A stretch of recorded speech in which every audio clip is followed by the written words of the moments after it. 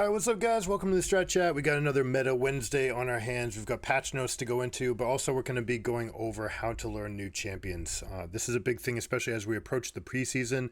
This is where they start to give a lot of love to some champions that haven't been seen as much. If you want to get to know those champions a little bit better, we'll go into it a little bit more in detail when we go into the patch notes.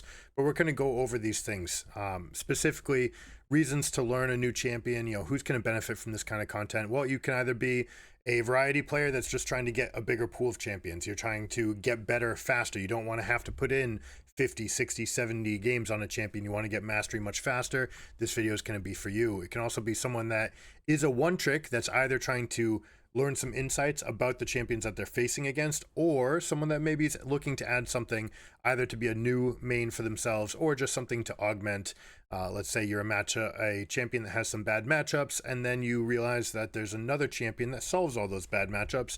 Well, then you can be a two trick and you can have a lot of success in solo queue. Most commonly, the mistake people make is just, let me just get into game, play this new champion. Oh, I think it's OP, or it destroyed me last game. This guy went 12-0. Must be OP. I'm going to go play it. And then you go 0-6, and you're like, bah, what is it? You know, what happened that game? That's not the process that we want to take. You want to be inspired some way. Either you see a patch note or you see a flavor. It could even be a voice line that a character has, and it's like, I want to be around that champion because I vibe with it. Right? That's me with Kled. A little bit crazy. All right? I turn on voice mods for Kled only because I think he's hilarious. I think it's amazing. But like Star Guardian Ari, I'm just like, no, fast off. Don't get out. I need to turn this off again. You could have any reason for wanting to play a champion. Most people are going to do it because they want to have access to another tool to play with. All right? You could either be a variety player that's trying to get good at a champion quicker. You could permanently be trying to add to your pool so that it's harder to ban you out, especially if you're looking at elite plus levels of play where you might be playing on a team, or even just at your clash levels. You don't want to have that champion that they can ban out for you. You want to have something either similar or different, something that solves problems that are presented by the fact that they can see your match history. You might be a one trick that has suddenly realized that they have a problem on a champion, and you want to learn it.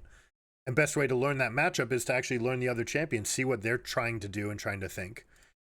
You could be a one trick that's just looking for a new, or a main that's looking for a new main champion. You could, like I said, there can be any reason why a champion calls to you. Or you could be just, like I said, about adding to your champion pool. There might be a problem that you have based on the matchups that you tend to play. For example, if your name is Adam and you play the gods, Garen, Olaf, Darius, and Set, and the other guy just plays a tank into you and says, I know how to mitigate your early game and I'm never going to be afraid and I will scale into team fights better than you. Well, you might have to add something to your pool that can then beat the tank if they play that preemptively into you, for example. So, step one. Whatever observation causes you to want to play the champion. You see it played, you could see patch notes, whatever inspires you to think it's overpowered or fun means that you want to go do it. Next step is to observe other people playing it, right? So you've seen it once, maybe it happened in your game, that person crushed you or just had a very nice game, or maybe they did something tricky on the champion, and then you say, all right, wait, that was interesting, let me go see it some more. And you go seek out people that are playing it so that you can have a really good idea. 1 hour of watching someone else play the champion is always going to be better than your first 2 hours of just fumbling around pressing the buttons, because you may not have no idea how a champion's supposed to be played. I remember back in season 2, my first year playing, and I would play Jarvan, and I would like Q poke and attack and E poke, and every once in a while I would be like, oh, my E's over here, I'll Q to it. It just didn't enter my mind for whatever reason that EQ was just a thing to just do, that you EQ'd to create a dash and create a knockup. It just wasn't part of what I was thinking. And then very quickly you see that other people who are better are doing it, and then it works its way into your play lexicon. Next step is going to be to actually research. So you see the action. Why did they do that? Why were they positioning here? Okay, they tended to shadow their carry. Their name is Tahm Kench, and they played really aggressively at level 1, and then they shadowed their carry for the rest of the game after they got out of laning phase. Well, what is that? So the next step is to go actually read the abilities, and to go here because the league tooltips are not good enough. Unfortunately, sometimes they're not good enough here either, but at least we can have some amount of insights by coming to a Tahm Kench page. So for example, you can start reading this. You realize that acquired taste. All right, it applies a stack of acquired taste with every hit, but it's not just attacks, it's also your Q. All right, so your tongue lash and your basic attacks on hit are empowered. So on hit means that you actually need to connect. It can't be dodged. It can't be blocked. It means that your spell also connects it. So suddenly you're looking at, oh, all right, so I can actually put on these stacks, and it's the stack itself that's dealing all of this extra damage. Well, my Q, I might look at the Q and look at it and be like, oh, that's 50 points and 100% AP. The cooldown goes down. This is really neat. Like, I want this spell, and I want early access of it, and I want to cast it a lot, etc. That's why I want to rank it. But then you might realize, wait a second, this is also applying an acquired taste, which is another base level, plus a percent health scaling, plus bonus health. So we're talking about getting all those actions. Now here it's actually listed, right? It's putting it right here so you can see it effectively, and I'm glad that they put it, but that can be a little confusing too. You're like, wait, do I get this and do I get that? Well, no, this is the acquired taste. Okay, let me check out. What am I getting from this? All right, oh, the mana cost goes down. The cooldown goes down. Cast time stays the same. Speed is the same. All right, so this means that there are some spells in the game that the mana cost goes up. And for those, every single time that you would level it, if you're about to cast it, the better play is to cast it and then respond by leveling it up. And then you get, this is most notorious on Ahri, level 4, you're about to cast your Q. You cast your Q, then you level it up. The mana cost will be spent already, but by the time it hits, it's a higher level spell, and it comes back, and you're actually getting the benefits of the higher level effects without having to pay the mana. So it depends whether or not your spell scales on cooldown. And you should make a meaningful choice. Like, is it worth it to pre-level or post-level based on these benefits? Well, here, very obviously, you'd want to pre-level because you want the better cooldown and you want the better mana cost. There's no downside. So there are some champions where there is a downside, and you might not have realized that until you actually came in and read the abilities. Then you might go a little further and say something like acquired taste. The target is stunned for 1.5 seconds. Devour can be cast during tongue lash at no cost to pull the target to Tahm Kench before swallowing them. So interesting. There's another mechanic here. What is this? The target is stunned for 1.5 seconds. So if they are stacked, Tongue Lash and Devour gain additional effects against enemies with 3 stacks, consuming them all. The target is stunned for 1.5 seconds. Devour can be cast during Tongue Lash at no cost to pull the target to Tahm Kench before swallowing them. What does this mean? This doesn't really tell you what it means. There's no amount of pull it's saying. So you're going to have to go to the next step when we go in, which is going to be actually putting it into isolated practice. So we'll get into this in a second. We're still looking on Tahm Kench. So first question that we want from Tahm Kench is, what is this pullback mechanic? What are we talking about? So I'm going to go in right now. Just take a moment to practice, and we'll go into more other levels. We'll see if they fix that. It looks like they did.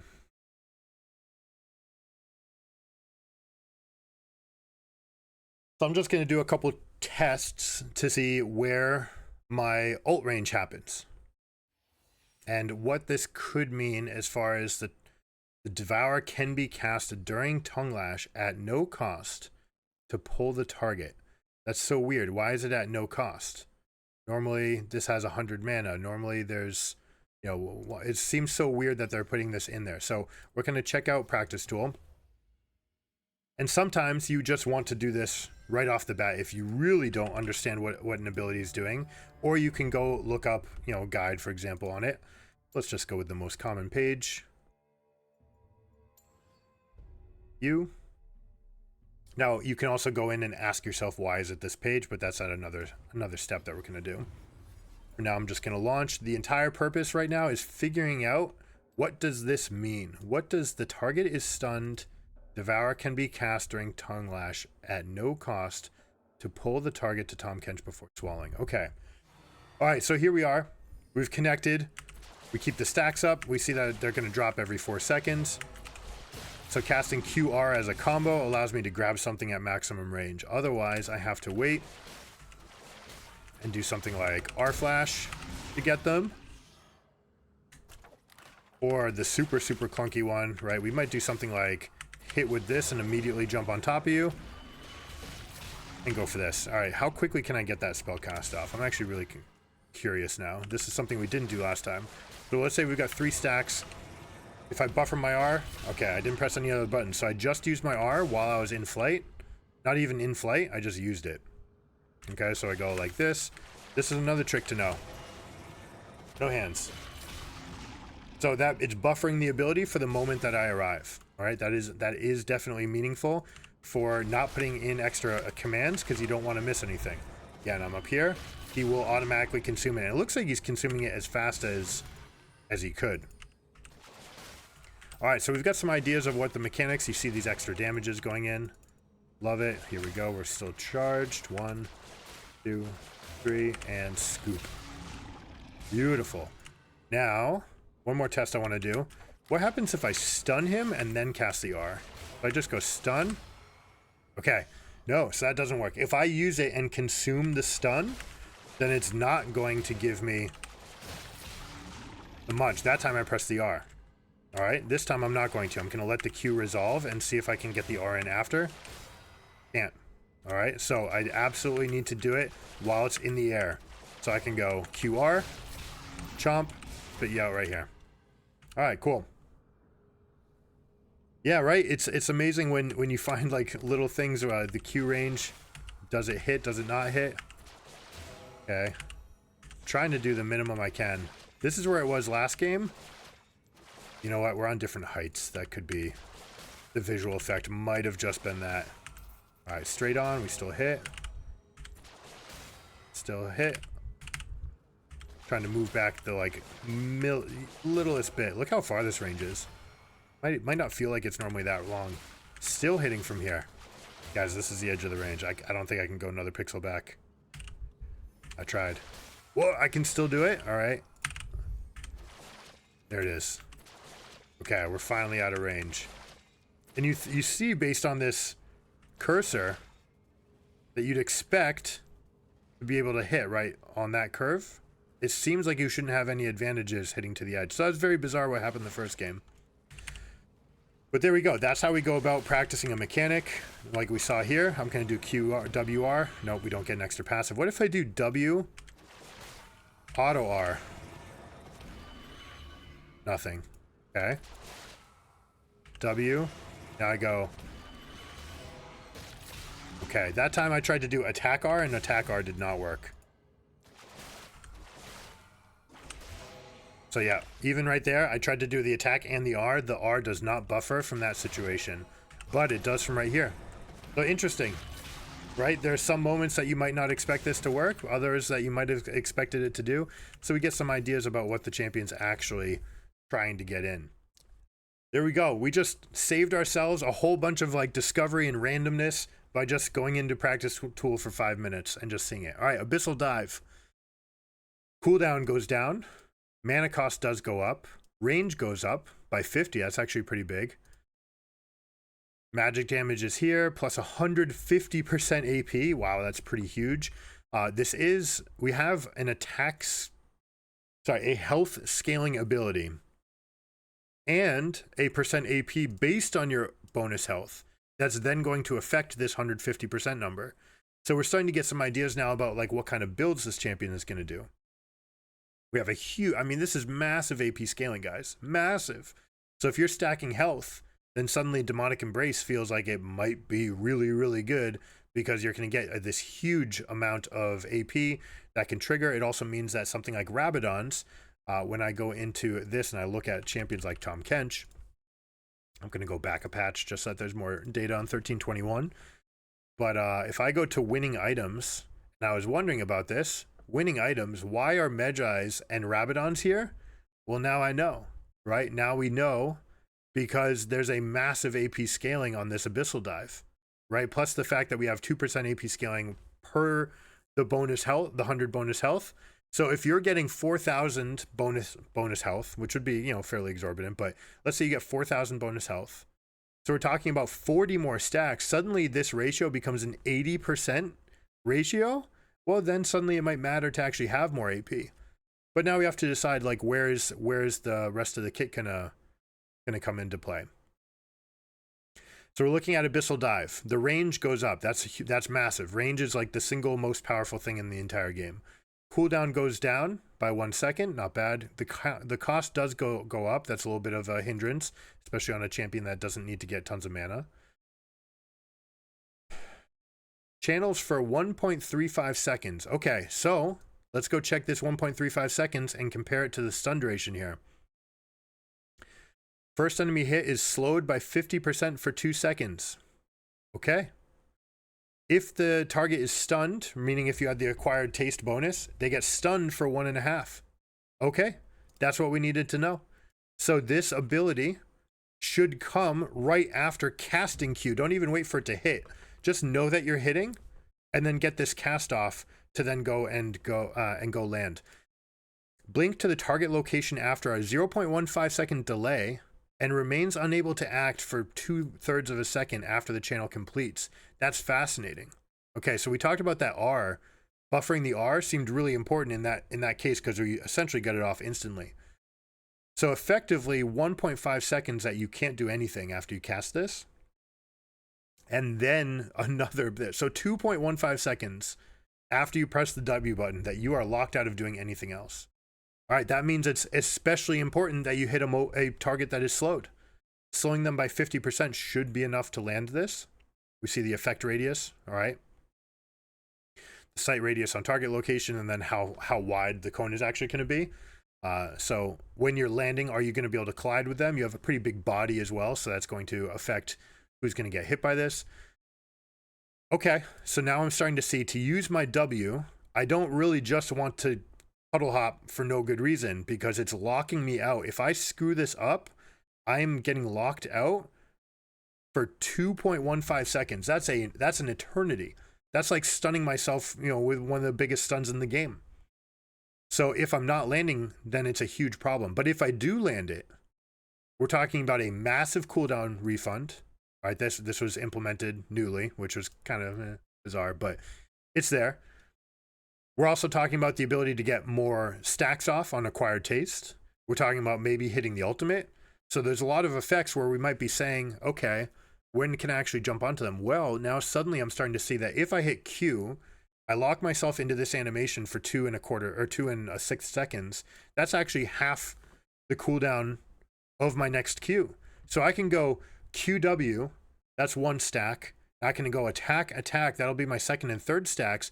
That should bring me up into a point where even if you are running away, or maybe if I only get the 1 attack off, now I've got the first Q, my first attack, then you started moving away. Well, now what we know about the QR combination, it doesn't matter because I will hit you with Q3 and ult.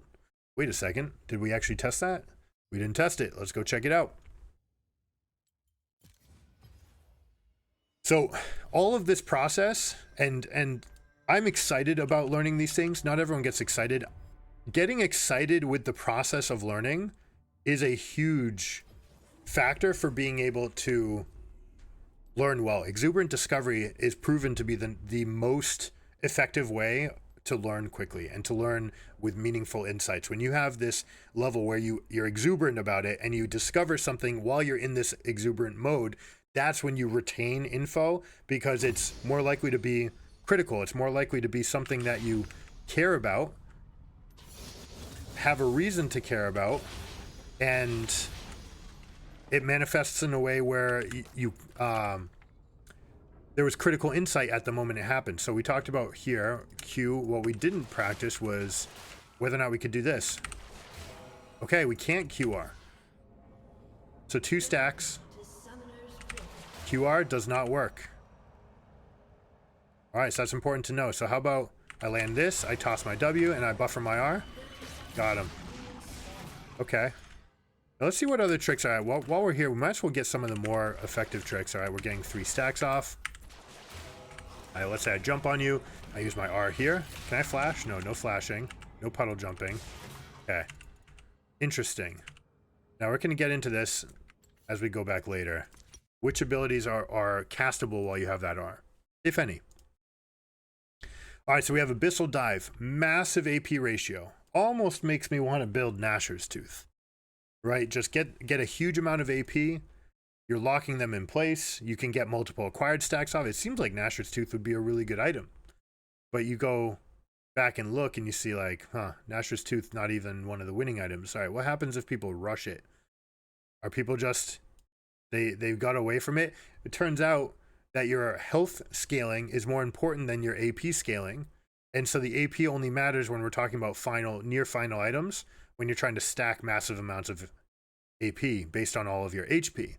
It just turns out that Rabadon's death cap is that impactful that far late in the game. Let's change it to 30 days to get a little bit more information. Is this still true? Winning items, winning items. Oh, Rabadon's has disappeared. Okay, that's interesting. It went from being one of the most effective items, but hold on, Medjai's Soul Stealer's still here. Okay, well, Darksteel has stats on it. It has health. That's worth noting. We see that Demonic Embrace is still up here. Interesting to see like where the factors come in for what could impact and what might not impact a champion as you're going up, right? Why is this number so high? 420 use cases? Is it just because it only newly is being picked out? Let's go back to 30 days. See if we can find Rabadons anywhere. Rabadon, 65%. Okay. 75%. So it's here. It's just not making it onto this because the sample size is too low. Okay. So we found some more information. Maybe this is the hot tech that people haven't realized. Maybe Rabadon's into Gnasher's Tooth is actually supposed to be a thing. What if Gnasher's Tooth is actually your best 5th item? Holy crap. Here it is. 73% on 26 games. This item's 400 gold less than Rabadon's. Interesting. Why? This one, look, 4th item, 81%. I mean, tiny sample size. But why? I wonder why this is, and it makes a lot of sense when you see where the AP is coming from and the fact that you have a ratio that's attached to your bonus health as well. As you get your bonus health first and you get your tank stats. That gives another question. When we're talking about the rune page, the one that it suggested right here, it had 2 stats. Now this champion scales with health. Why does it want to recommend me 2 of these? Doesn't it make sense that we would do something like this or like this? You get the resistance to go with the health. The health seems to matter a lot. Well, the truth is buying health in the game is cheaper than buying the resistances. And if you're going to buy health items like Heartsteel, like Warmogs, then you still will get chewed up by someone who's dealing massive damage because you're not resisting anything. You're all health, no resistances. They actually work hand in hand. You want to have, for each 100 health that you gain, you want to gain 10 armor and magic resist, right? So you can go all the way up. You say, I want to have 1,000 extra health. Well, then you should also have 100 extra health and magic resist to make sure, obviously skew it to the game that you're playing. But if the idea is, I want to buy Heartsteel, then suddenly it makes a lot of sense that if you're buying Heartsteel, you should probably do this, right? Or you should maybe get boots that will impact your ability to do this. So this is all through the lens of Tahm Kench. And you can start continuing to go through what are the rest of the abilities. Okay. Thick skin. Cast time. All right. There's a little bit of a cast time. That's a little bit obnoxious. So you can't use it as like a frame perfect way to dodge death. Cooldown is 3 seconds. What is that about? Okay. 3 seconds. So I'm going to gain health. Stores a portion of post mitigation damage as gray health. All right. We've seen that in action. Increased while there are at least 2 nearby visible enemy champions, either dead or alive. That's interesting. So this necessarily means that you're better against ganks and in duo lanes. All right, so when there's more than one opponent, your thick skin is actually going to get better. This is why your thick skin in top lane doesn't actually feel like it does that much. In fact, it's a very, very small effect. But this is increased while there are at least 2 nearby champions. The increased amount is significant. Look at this. At level 1, it goes from 13 to 40. Holy crap, this is why Tahm Kench works in the bot lane. Right? You can work on this because constantly you're getting 40% of the damage stored back into Grey Health, which is turning into healing, which might synergize with Revitalize. Plus you have Second Wind. It's very, very fascinating to see how like all these things are working in together. This is just one champion, guys. You could do a dissertation on all of League of Legends. By the time you'd be done, though, you'd be on a new season and the whole thing, you'd have to rewrite the whole thing. But, you know, this game is deep. There's so many layers, and this is why it's important to pick a few champions to be good at. If you want to climb, you should only be trying to get good at a few because the details are so minute but impactful. So like, look at this. The damage stored into Grey Health goes up by a flat amount, but the increased amount is tiny. Huh, okay. So this is a 1-point wonder when you're in a duo lane, but it's a, maybe you need more points in it when you're in a solo lane because you can recreate this effect almost. Interesting. He can store up to 300% of his maximum health. Okay, that's another interesting thing. Why can it store 300% of his maximum health? So you can take damage, but you can still be regenerating that whole time, but you're still taking more of the damage. So you're actually storing Grey Health, but without ever losing effective health. That's fascinating.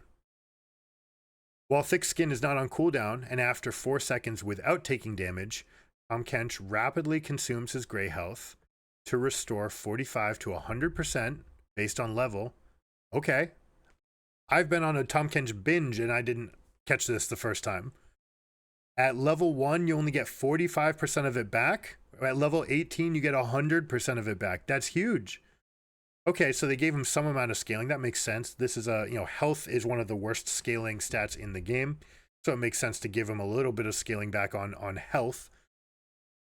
But interesting, this is why I'm able to just tank everything in the end game, because I just walk away and the Thick Skin will bring all of that health back.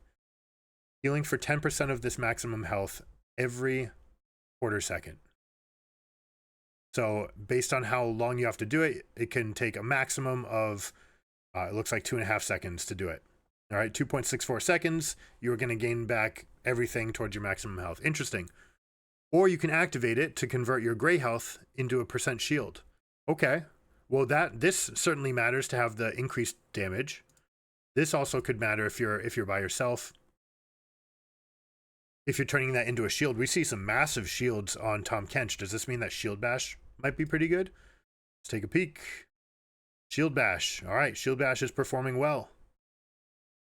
Not as well as Demolish. Makes sense. Demolish scales with 35% of your maximum health. Well, you're a champion that seems to want to scale off of health, so this Demolish seems like it does a lot. We'll see whether or not it has anything to do with the early game.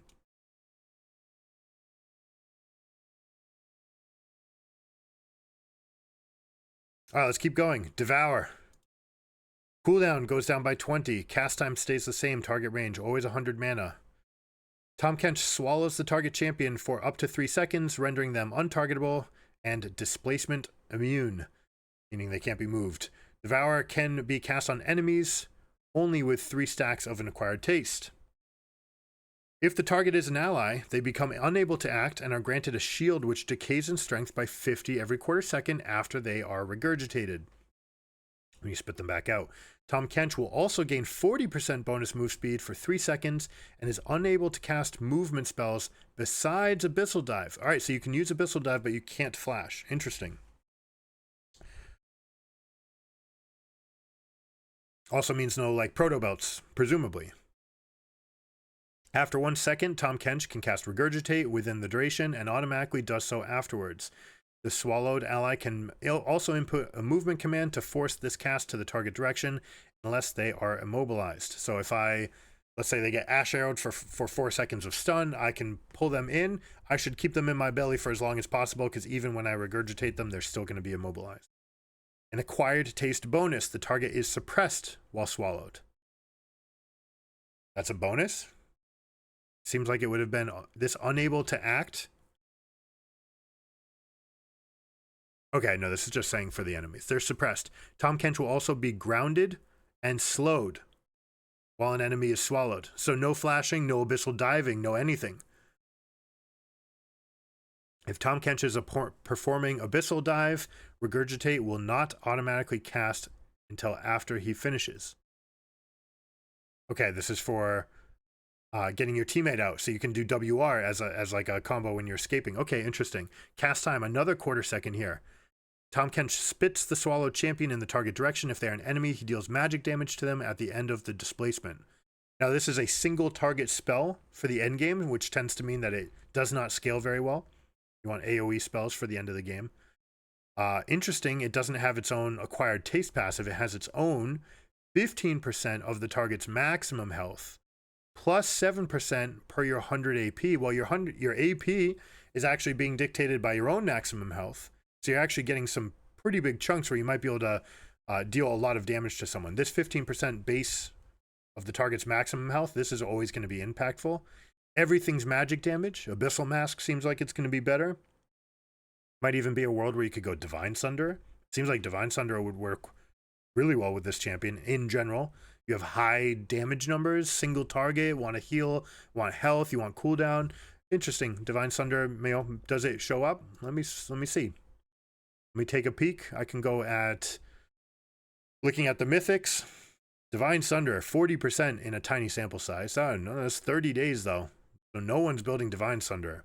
What's wrong with Divine Sunder? I mean, it has health, or attack damage. You're not really scaling off of that. The rest seems pretty good though. You're definitely using Spellblade. You are definitely benefiting from the magic penetration, not so much from armor pen. Interesting. But Trinity Force is at 54. It would have seemed that, well, all right, what are the differences between them? Trinity Force has more attack speed. It has more movement speed. So it seems like putting a priority on the ability to move quickly might actually be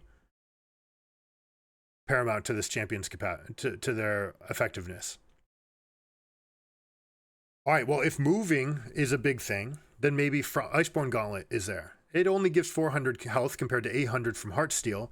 But like we said, if we're stacking health, then we're gonna necessarily need some resistances somewhere in the kit to make sure that we're not melted. If you plan on going Heartsteel Warmogs, then you probably want to consider going for the extra resistances in the rune tree, right? And saying at 12 minutes, I will suck it up a little bit. But then again, Second Wind has a big healing component that scales off your max health as well. So both of those scale off of max health. You're definitely not going bone plating on this champion. So choosing between the two, you're going to have to really make a case for when to buy your resistances to make sure that you're not getting too heavy on the health side and not enough on the resistance side. All right, anything else? What can we get? I think we've got everything. We can't move when we devour. All right, so we found it all. So let's go back. Like I said about the analytics, ask why. Don't just take it for granted that something is the best just because it has the highest win rate. Because, for example, someone might have the highest win rate. Let's look at Abyssal Mask right here. It has dang near the highest win rate, and yet it only costs 2,400. Okay, well, it does seem like it synergizes really well with his kit. But also, probably you're buying this item in games where it's good. So you should always be thinking about, all right, well, are they doing it in all the games? What, is it ubiquitous? Is it something that you can always use? The stacking MR is not really going to matter unless they deal magic damage, and the ability to shred theirs won't really matter unless your team's doing it. Well, you deal enough. So maybe Abyssal Mask just is always good just because you use it well. Could be a strong indicator, but it's worth noting why, right? Try to answer these questions. Why is Gargoyle Stoneplate winning at a high clip? Well, this one makes a lot of sense. We said that stacking health has a weakness, that you need resistances to go along with it. Gargoyle Stoneplate is the perfect item for doing that. You say, all right, I gain a shield that scales on my bonus health. Fantastic. It gives me armor and magic resist. Perfect. And Fortify, taking damage from a champion, grants 5% bonus armor and 5% bonus magic resist for 6 seconds. That's great. So it's giving me the things I need most when I'm stacking health. It's the perfect thing. And it also has a shield that scales off of it. So it makes tons of it makes tons of sense. Then you look at other items that scale with health. Demonic Embrace, Titanic, Warmogs, right? Warmogs to allow for more health scaling. Titanic because it has the on attack bonus. Demonic Embrace giving you a huge amount of AP. All right, and this is 3,000 gold compared to 3,300 gold. So Demonic Embrace, probably a lot of times where this is going to be the best item. Interesting that Sunfire continues scaling. Why is that? Well, Tahm Kench, so far we looked at his entire kit. The only thing that resembles any amount of wave clear is the Abyssal Dive. And this 150% AP, we saw that his early game, you're too squishy if you go AP. You want to get health instead. So this is, when you're talking about that health to AP conversion and this 150% ratio, you're not really getting much out of this. Well, all right, well, maybe we can think of ways to work this into our build. Maybe it's Doran's Ring plus Dark Seal and an early Blasting Wand. And something that we just want to say, hey, we just really want the access to this. Later, I'll turn that into a Demonic Embrace, and we'll see what comes from it. All right, next step, isolated practice. You can do this in bots. You can do it with a training partner. The idea is that you don't want meaningful competition. What you want to do is actually go in and start practicing. You can do this in practice too. I should have actually put this here as well. So you go in, you want to see the abilities in action. You want to see what things work. So what we found, we thought we found something in the first step with the Q hitting in one spot, but then not in others. But then we tried to recreate it and we couldn't recreate it. So who knows whether or not that's actually going to be a thing. But then we found the QR combination, the fact that we can W and buffer your R, the fact that you can throw your Q and immediately W because they're going to be slowed long enough. You actually want to put those into practice. What happens is your synapses, every place in your body has a nerve ending that is roughly the size of a nickel. It's like a bundle of nerves, and you have more in certain places on your body. So like your tongue, your fingertips, places like that you would call very sensitive, they tend to have more nerve endings, whereas you have fewer on like your heel. All right, or like under your heel, there's very little. I could be stomping on the ground and it's just like one general thud. Whereas if I put my toes down, I can feel much more what's going on underneath me. So every part of your body has like this bundle of nickel-sized nerve endings, and then it's got that path that's going to follow your synapses up to your brain. Well, it's been proven that that you can actually lubricate that path to make your brain better and faster at doing the task. So, for example, if I threw a ball to my 5-year-old, it would hit them in the head.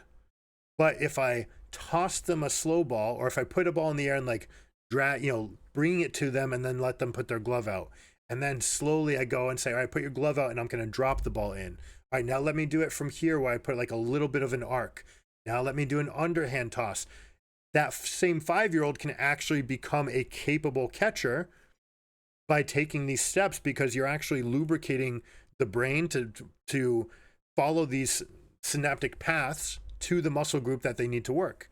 And so in this analogy, this 5-year-old kid could actually learn to start finding things in space, which is something that naturally doesn't come to most people until they're about 8. You can work on your eyes following something through space, your hand moving to the area where the ball's going to be, the idea of closing your glove as a ball gets to you, and you can actually train these patterns. Well, the same thing happens in League of Legends. If I'm in a game and I want to get good at a character, I want to practice QW as a combo.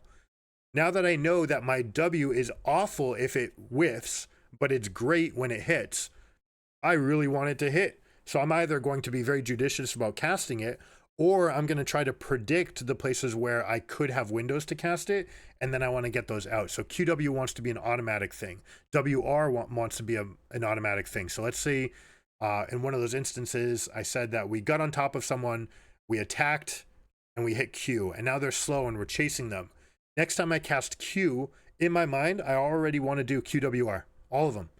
Q, I know it's going to hit. My W, I know it's going to hit. My R, I know it's going to hit. And I want those things to happen as quickly as possible.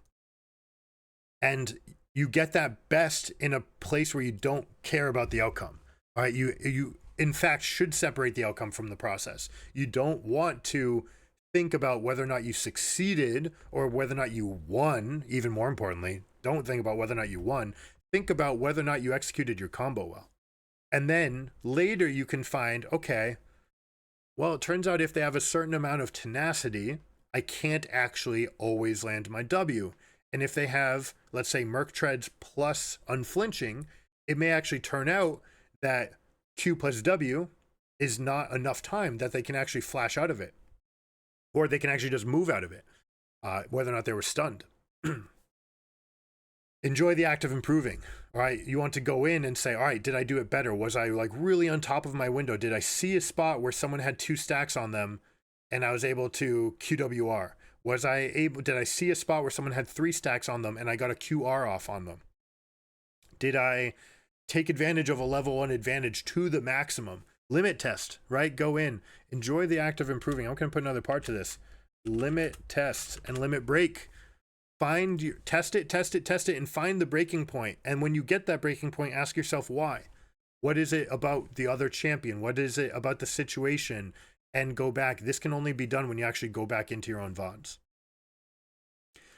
Next step is to go dynamic practice. All right. Dynamic practice is the ability to go in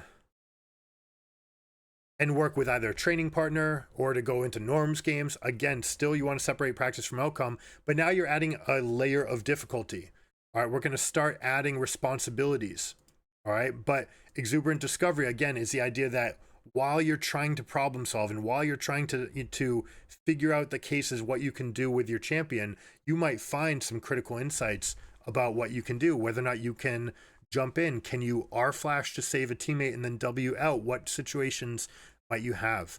And then problem solving. So for example, if I go in, I won't be able to watch these VODs anymore, but I'm going to show you really quickly my match history. These are all the custom games.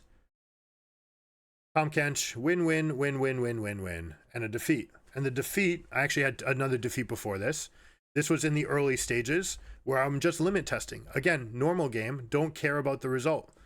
I want to go and see what I can do. And what I was realizing was that if you rush Heartsteel, which felt like a great item, then you lacked wave clear. And even though rushing Heartsteel feels like you could stack it earlier and you could do more with it, it actually necessarily meant that your game was going worse, because to get to that point, you had to buy worse items that weren't really accomplishing anything. Whereas Bomby Cinder helped me to push the lane. It dealt extra damage. It has an HP ratio on its own. It actually became a very great item, and I didn't even need to finish it. It was just good as a standalone item. This game, I tried it, and I believe that I got Bomby Cinder and then picked up Heartsteel and then the Abyssal Mask. Eventually, what I went with is Bomby Cinder immediately, and then I can either finish it if it's an AD comp. I believe this was a game that had a lot of stuns, it was like a Viego, something like Viego Renekton. No, it wasn't Viego Renekton. It was some reason where I wanted to complete Sunfire, so I wanted the resistances. Yeah, maybe it was Viego Renekton, and then a team with like Ashe, Syndra, Thresh, where I wanted Merc Treads to get the increased tenacity, but I wanted the early Chainmail to go for the lane, plus I wanted to get this Sunfire. Then I went for Heartsteel. Okay, things are starting to go a little bit better. Let me figure out where are the moments where I do and don't need this Bomby Cinder. Well, I went through other builds. What did it matter? Where did these breakpoints come? Did it matter if I had to super build for lane because it was mid, top, and jungle were all AD, and it was against like Aatrox, so I want Bramble Vest, and I want to make sure that he's not getting extra effects. Well, it turned out that the matchups where Bomby Cinder was good tended to be the easiest, where I could just walk up, push the wave, slam into you with level 1 advantage. Then they tended to be stronger around 2 and 3 because your abilities don't really do anything. Then as you put points in your Q, they get stronger. Range matchups, I'm going to put more points into my E.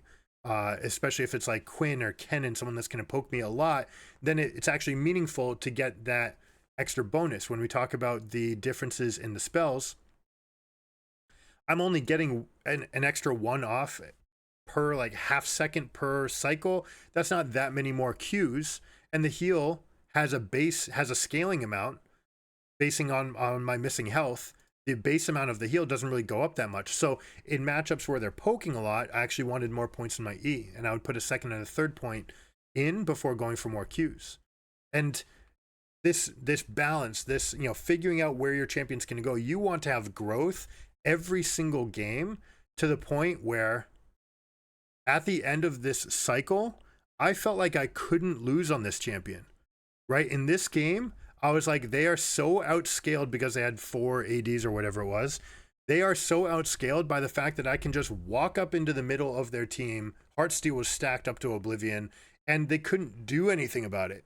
And that felt really good, right? It felt like I was super, super strong in these games towards the end cycle. But that started on a process of, all right, first, look it up. Second, limit test and just see these abilities and see what you can get. Third, all right, now start putting the pieces of the puzzle together. And when you learn in this pattern, yeah, it seems like you're spending a lot more attention up front, and you're going into your VOD reviews, which I wish I could go in and like show you the growth that occurred from game to game to game here.